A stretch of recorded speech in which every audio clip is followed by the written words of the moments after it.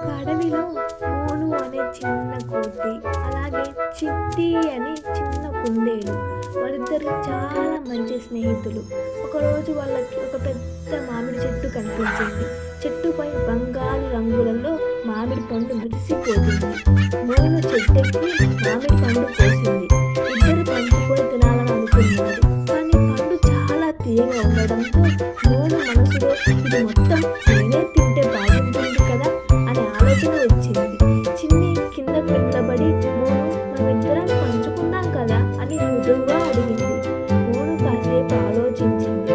వెంటనే నవ్వుతూ, సరే, నిజమైన స్నేహం అంటే పంచుకోవడం కదా అని పండు 2 ముక్కలుగా కోసి చిన్నికి ఒక ముక్క ఇచ్చి ఇద్దరు నవ్వుకుంటూ మామిడి పండు తిన్నారు.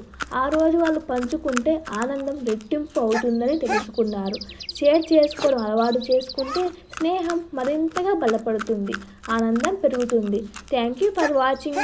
Please share and subscribe and like.